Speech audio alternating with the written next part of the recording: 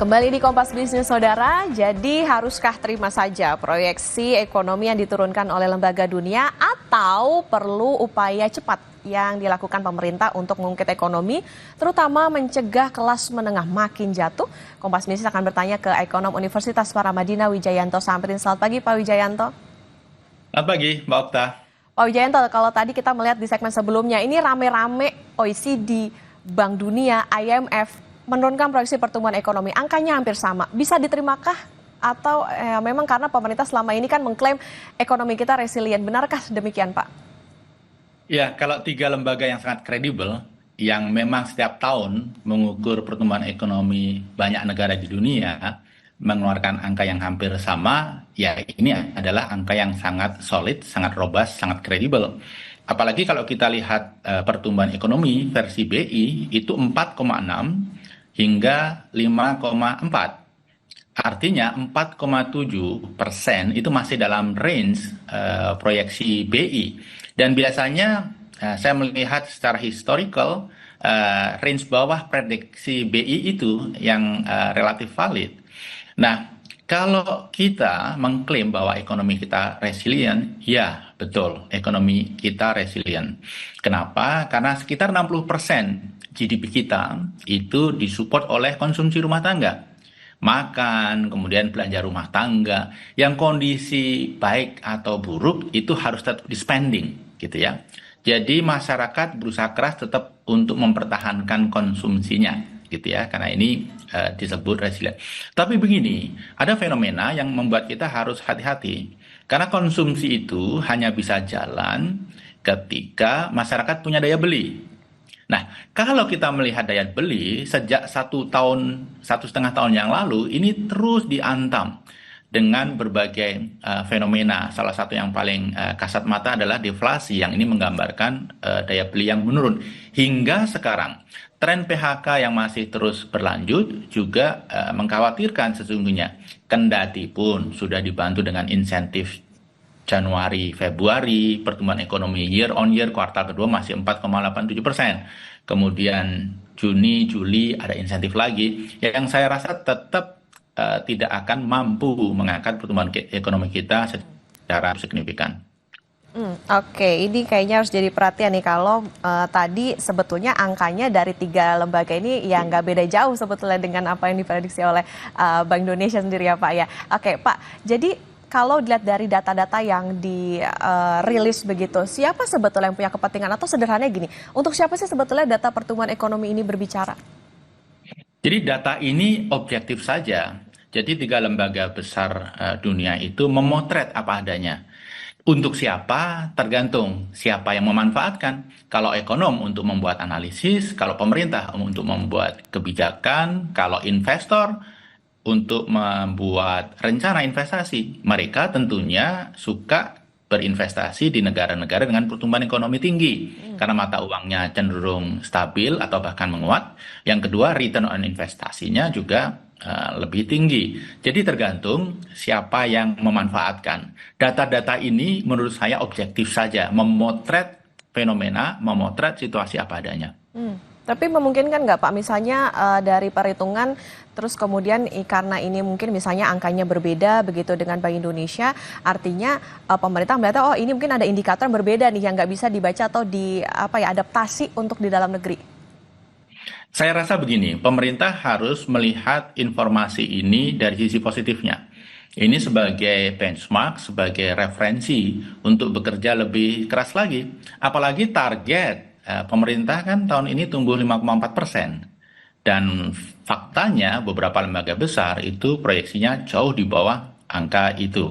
Nah, ini harus menjadi catatan bagi pemerintah untuk merevisi kebijakan-kebijakannya yang selama ini tidak terlalu menyasar kepada penciptaan daya beli, penciptaan lapangan kerja, harus diarahkan ke sana. Karena situasi kita sebenarnya sudah sangat perlu mendapatkan perhatian, belum kritis tetapi mengarah ke sana. Oke. Nah, Pak, kalau kita bicara soal rame-rame, proyeksi ekonomi, pertumbuhan ekonominya, angkanya diturunkan. Kalau berbicara soal bagaimana produktivitas pekerja, ini kan kalau data ILO pada 2023 menunjukkan produktivitas pekerja Indonesia ini hanya $14 Amerika Serikat per jam kerja, jauh di bawah Singapura, Malaysia, bahkan Thailand. Apakah produktivitas itu ikut menyumbang perlambatan ekonomi ini? Jadi core dari pertumbuhan ekonomi, core dari ukuran kue ekonomi, core dari GDP per kapita, produktivitas dari tenaga kerja. Jadi negara dengan produktivitas yang rendah, pasti pertumbuhan ekonominya juga tidak bagus, mata uangnya juga cenderung melemah. Jadi produktivitas ini justru variabel kunci dari semua variabel yang sering kita bahas. Kalau pemerintah bisa mendongkrak, kita semua bisa mendongkrak produktivitas tenaga kerja kita, maka pertumbuhan ekonomi akan meningkat, kemudian kemiskinan secara hampir otomatis juga akan mengalami penurunan. Jadi angka produktivitas ini angka yang sangat kunci. Bahkan Mbak Okta, kalau saya melihat angka produktivitas menurut ILO, ini kan ILO memotret total GDP dibagi dengan jumlah pekerja, begitu ya. Tapi kalau kita fokus ke sektor manufaktur saja, angkanya belum dihitung, tapi prediksi saya posisi kita lebih menyedihkan. Karena kita cukup terbantu dari sisi produktivitas ini, karena ada sektor-sektor seperti tambang yang besar, tenaga kerjanya sedikit, ini mendongkrak hitungan produktivitas itu. Kemudian juga CPO, ini juga mendongkrak perhitungan produktivitas itu. Tapi kalau coba kita potret di manufacture saja, ranking kita di level dunia, saya rasa kemungkinan besar akan lebih rendah lagi. Oke, nah tapi kalau misalnya bicara gini Pak, misalnya produktivitas kita bisa dikatakan masih di bawah dari negara lain. Apakah ini karena kondisi itu tadi manufaktur yang lesu atau sebetulnya banyak harpitnas, hari kejepit nasional dan juga cuti bersama kayak bulan ini kan udah lumayan nih gitu banyak harpitnasnya. Ya, ada beberapa faktor. Yang pertama adalah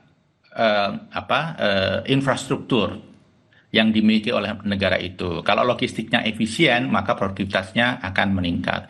Kemudian tingkat kecanggihan, perlengkapan di pabrik-pabrik di tiap negara. Ketika pabriknya itu advance, banyak fasilitas canggih gitu ya, maka produktivitasnya juga akan meningkat. Nah, tadi yang disinggung oleh Mbak Okta sangat menarik tentang hari libur. Saya melihat data gitu ya, hari libur nasional kita tahun ini itu 27. Ini termasuk yang sangat tinggi. Yang lebih tinggi dari kita itu Nepal, 35. Tetapi Sabtu mereka kerja. Jadi kalau kita menghitung libur hari Sabtu plus hari libur nasional, belum lagi ditambah Lebaran, biasanya untuk menghindari kemacetan ditambah libur seminggu 2 minggu, barangkali jumlah libur kita ini termasuk yang paling tinggi. Ada hitungan, kami beberapa ekonom menghitung gitu ya, kalau jumlah libur nasional kita diturunkan ke level Malaysia, yaitu 13 hari dalam setahun, maka pertumbuhan ekonomi kita berpotensi terdongkrak 0,2%. Jadi kalau pemerintah ingin mendongkrak produktivitas, low hanging fruit-nya adalah tentang libur nasional. Kita tahun 2004 itu libur nasionalnya hanya 15. Kita pernah di level yang ideal. Idealnya menurut berbagai studi itu 12. Di bawah 12 produktivitas turun karena karyawan stres dan lain sebagainya, tetapi di atas 12 produktivitas itu mulai menurun. Jadi 12 itu angka ideal. Makanya banyak negara-negara maju hari libur nasionalnya berkisar di 11 hingga 13. Nah, kita 27. Kita pernah 15. Kenapa tidak kita kembali ke 15? Dengan begitu pertumbuhan ekonomi kita bisa terdongkrak 0,2%. Yang perlu menjadi catatan Mbak Okta, dengan banyaknya libur nasional ini, selain merepotkan para pengusaha karena dia harus membayar upah lebih tinggi karena dihitung sebagai lembur, ini juga buruk bagi sektor finansial kita. Jadi pasar modal kita, pasar uang kita, di banyak negara mereka buka hampir setiap saat, tetapi di Indonesia ketika libur nasional mereka juga tutup. Jadi ini sebenarnya sangat mengganggu bagi investor yang ingin masuk ke Indonesia. Makanya yang Mbak singgung tadi, libur nasional itu sesuatu yang kelihatannya sepele, tetapi sebenarnya sangat penting. Dan ini low hanging fruit. Oke, artinya gini Pak, misalnya kalau tadi dikatakan menarik, ada idealnya 12 hari, tapi kalau kita berkaca ke Malaysia 13 hari per tahun itu bisa mendongkrak 0,2% perekonomian. Nah, tapi ada harga yang harus dibayar nggak sih Pak? Misalnya gini, kayak ketika masa libur Lebaran, kenapa dipanjangkan cuti bersamanya karena untuk mengurai kemacetan dan lain sebagainya. Apakah itu dampaknya akan lebih besar lagi ketika masyarakat bermacet-macetan atau bahkan tidak mudik di masa itu? Seperti apa Pak? Untuk menghindari macet gitu misalnya. Ya, jadi kalau menghindari kemacetan saat Lebaran dengan memperpanjang libur itu kan bukan solusi substantif, itu solusi ad hoc. Nah, seharusnya yang dicarikan adalah solusi substantif. Bagaimana pengaturan transportasi, bagaimana infrastruktur transportasi, dan lain sebagainya. Nah, kemudian kita juga harus ingat, memang ada yang berpandangan libur itu kan membuat masyarakat bisa jalan-jalan, Betul. masyarakat bisa belanja. Itu dengan asumsi kalau masyarakat punya daya beli. Ketika daya belinya turun, ketika daya belinya rendah, liburan ya masyarakat jalan-jalan tapi tidak belanja. Saya ketemu dengan pemilik dua mall besar. Dia mengatakan liburan kemarin itu mallnya rame, tapi yang belanja sedikit. Karena memang daya beli sedang tergerus. Dan saya melihat ada fenomena begini. Yang kelas menengah, kelas bawah, itu kan tabungannya mengalami penurunan. Daya belinya sedang terkendala. Mereka mungkin jalan-jalan tapi tidak belanja. Bagaimana dengan kelas atas? Ada tren di mana yang kelas atas itu jalan-jalannya ke luar negeri. Jadi libur yang panjang itu justru mendorong capital outflow di satu sisi, gitu. Jadi kembali, yang diperlukan bangsa kita ini bukan waktu untuk belanja, tetapi daya beli supaya ada sesuatu yang bisa dibelanjakan. Oke, nah Pak ini soal daya beli tadi. Nah kalau bicara soal daya beli artinya kita jaga-jaga nih bagaimana tingkat daya beli terhadap kelas menengah terutama. Tapi di satu sisi Pak, bayar parkir naik, asuransi ada co-payment atau tanggung sendiri, banyak beban kelas menengah, ekonomi kita bertumbuh kelas ini tapi kok kayaknya nggak berpihak nih. Nah ini gimana nih Pak membacanya? Apakah pemerintah ini harus waspada atau apa yang sebetulnya dibutuhkan supaya kita bisa menjaga daya beli itu tadi, terutama untuk menjaga jangan sampai yang di kelas menengah ini jadi turun kelas gitu. Ya, posisi pemerintah memang sulit. Karena di satu sisi fiskal kita juga tidak sedang longgar. Kita juga mengalami tekanan fiskal. Penerimaan negara trennya turun. Tax ratio itu juga mengalami tren penurunan. Dan ini sifatnya struktural. Sulit untuk dibalik dalam waktu dekat. Sementara sistem harus terus berjalan. Sehingga iuran, sumbangan, bantuan dari masyarakat pengguna sistem itu juga menjadi semakin penting. Pemerintah memang berusaha memberikan insentif seperti Juni-Juli ini ada 5 paket, kemudian Januari, Februari kemarin. Tetapi kembali, ini sesuatu yang sifatnya temporer dan sifatnya konsumtif. Insentif pemerintah ini harga cenderungan konsumtif. Ketika insentifnya ditarik, daya belinya otomatis drop. Jadi harusnya diarahkan kepada insentif-insentif yang sifatnya lebih sustainable. Oke, insentif dibutuhkan, tapi yang jadi catatan adalah yang bisa jangka panjang. Apa kalau kita bicara soal tadi bagaimana angka kemiskinan Indonesia kan justru naik, tapi versi Bank Dunia nih Pak, hampir 70%. Nah, tapi di satu sisi BPS datanya beda banget nih sama yang dikeluarkan oleh Bank Dunia. Ada nggak Pak korelasi data kemiskinan ini dengan pertumbuhan ekonomi kalau kita berkaca kok kayaknya yang Bank Dunia besar banget gitu? Ya, di Indonesia tidak terlalu berkorelasi. Kenapa? Karena standar perhitungan kemiskinannya terlalu rendah. Dan angka kemiskinan itu dengan gampang diubah-ubah dengan cara memberi bansos karena angka yang rendah tadi. Nah, memang situasinya agak menarik saat ini, Mbak Okta. Yang pertama, ada dua fenomena. Fenomena pertama, Bank Dunia merevisi perhitungan tingkat kemiskinan, garis kemiskinan. Dari tadinya pakai data purchasing power parity tahun 2017 menjadi purchasing power parity tahun 2021. Dampaknya adalah garis kemiskinan untuk semua segmen naik. Jadi negara ekonomi rendah, lower middle income, upper middle income, itu perhitungan kemiskinannya semua naik. Jadi itu mengalami kenaikan. Nah, pada saat yang bersamaan, Indonesia itu bermigrasi dari ekonomi menengah bawah, sekarang menjadi ekonomi menengah atas. Jadi kalau dua faktor tadi kita gabungkan, garis kemiskinan menurut World Bank dalam 3-4 tahun terakhir ini untuk Indonesia itu naik dari 3,65 US dollar per kapita, 3,65, sekarang menjadi 8,3 US dollar per kapita. Ini purchasing power parity ya. Tentunya kenaikan ini membuat angka kemiskinan kita melejit. Nah, lalu mana yang harus kita pakai? Dunia pasti menggunakan data World Bank. Ini menjadi reference. Kalau kita tidak mengadjust, maka dikhawatirkan angka kita dianggap tidak kredibel. Angka kita terlalu rendah, Mbak Okta. Contohnya, untuk penduduk kota, garis kemiskinannya 615.000 per bulan atau 20.000 sehari. Di Jakarta, dengan 20.000 sehari, itu bagaimana kita bisa survive?